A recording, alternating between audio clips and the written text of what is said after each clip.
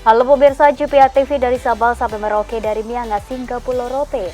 Bertemu kembali dengan saya Anggria Ratri dalam program Kominfo Newsroom.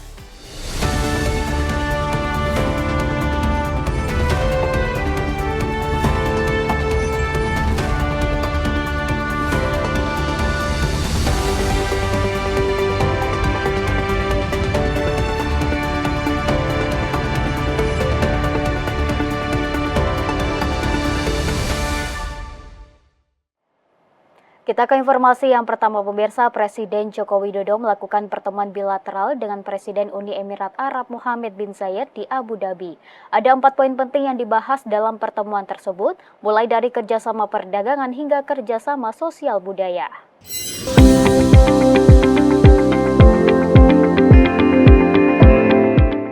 Presiden Joko Widodo melakukan kunjungan kenegaraan ke Uni Emirat Arab pada Rabu 17 Juli 2024. Dalam kunjungan tersebut, Presiden melakukan pertemuan bilateral dengan Presiden Mohammed bin Zayed Al Nahyan di Kas Al Watan Abu Dhabi. Dalam pertemuan tersebut, Presiden mengangkat 4 isu utama, yakni kerjasama perdagangan, kerjasama investasi strategis, kerjasama energi bersih dan iklim, serta kerjasama sosial budaya. Terkait isu kerjasama perdagangan, Presiden Jokowi menyatakan kegembiraannya atas penyelesaian perundingan Comprehensive Economic Partnership Agreement atau CEPA. Hal ini menjadikan Uni Emirat Arab sebagai negara Timur Tengah pertama yang memiliki kerjasama CEPA dengan Indonesia. Sementara terkait kerjasama investasi strategis, Presiden mengatakan bahwa investasi Uni Emirat Arab ke Indonesia semakin kuat dan salah satu yang menjadi fokus Indonesia saat ini yakni pembangunan ibu kota Nusantara dan hilirisasi industri. Sedangkan kerjasama iklim dan energi bersih, Presiden mengapresiasi dukungan investasi 145 MW pembangkit listrik tenaga surya terapung di Cirata yang akan dikembangkan hingga 500 MW.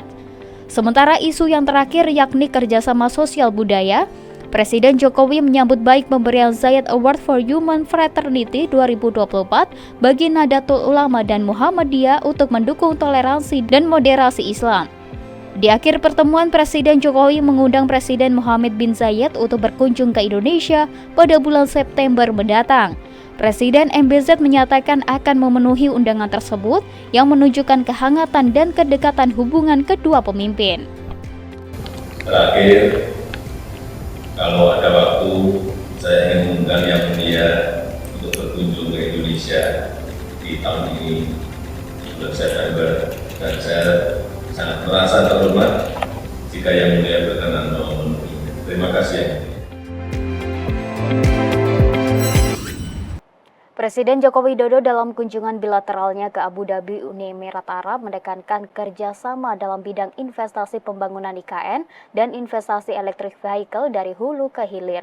Menteri Luar Negeri Retno Marsudi dalam keterangan persnya menyebutkan Uni Emirat Arab merupakan salah satu mitra penting Indonesia di Timur Tengah.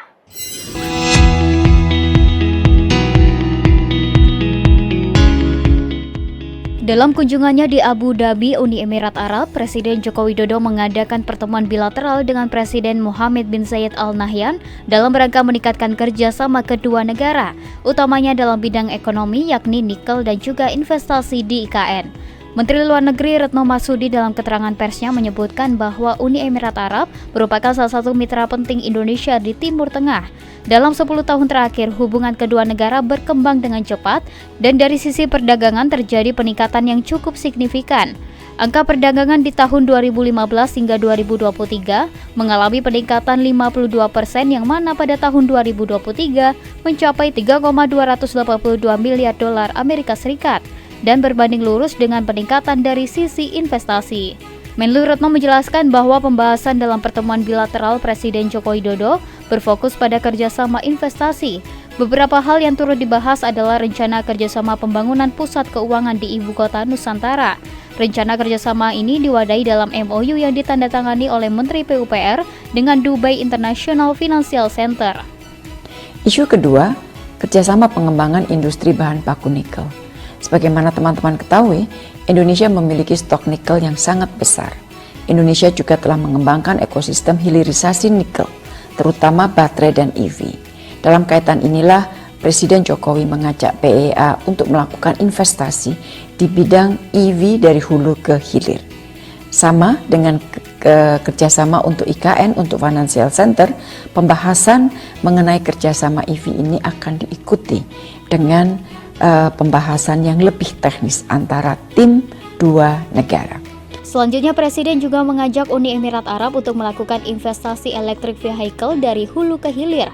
Kerjasama pengembangan industri bahan baku nikel menjadi penting ditawarkan oleh Presiden Joko Widodo kepada Uni Emirat Arab dikarenakan Indonesia merupakan negara dengan stok nikel yang sangat besar dan telah mengembangkan ekosistem hilirisasi nikel terutama baterai dan kendaraan listrik electric vehicle. Kita beralih ke informasi lainnya pemirsa. Sore tadi Presiden Joko Widodo resmi melantik 3 wakil menteri baru di Kabinet Indonesia Maju. 3 pos kementerian tersebut diantaranya Kementerian Keuangan, Pertanian, dan Investasi. Kementerian Keuangan memiliki 2 jabatan wakil menteri keuangan, sementara Kementerian Investasi memiliki wakil menteri baru dan pergantian posisi pada wakil menteri Pertanian.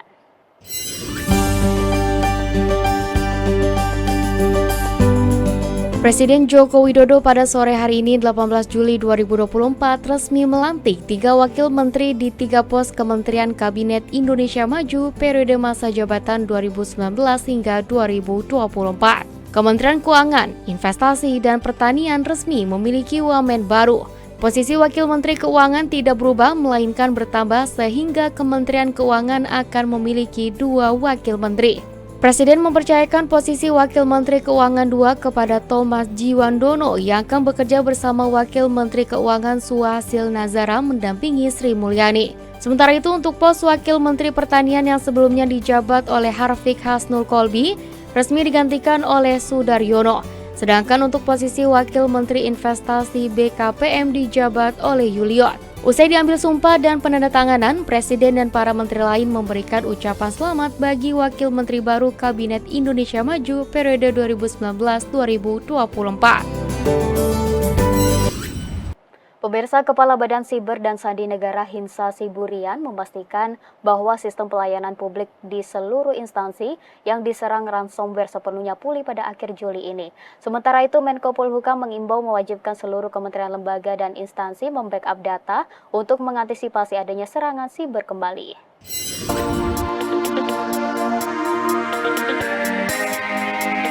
Usai mengalami insiden peretasan terhadap Pusat Data Nasional Sementara 2 yang terjadi beberapa waktu lalu, Kepala Badan Cyber dan Sandi Negara Hinsa Siburian memastikan sistem pelayanan masyarakat di seluruh instansi akan sepenuhnya pulih akhir Juli ini. Menurut Hinsa, saat ini pihaknya masih berupaya melakukan pemulihan sistem Pusat Data Nasional Sementara 2 yang berkaitan dengan pengolahan data di beberapa instansi. Selama proses tersebut, pihaknya mendahulukan membenahi sistem yang berkaitan dengan pelayanan masyarakat, yakni keimigrasian yang saat ini telah berfungsi seperti semula.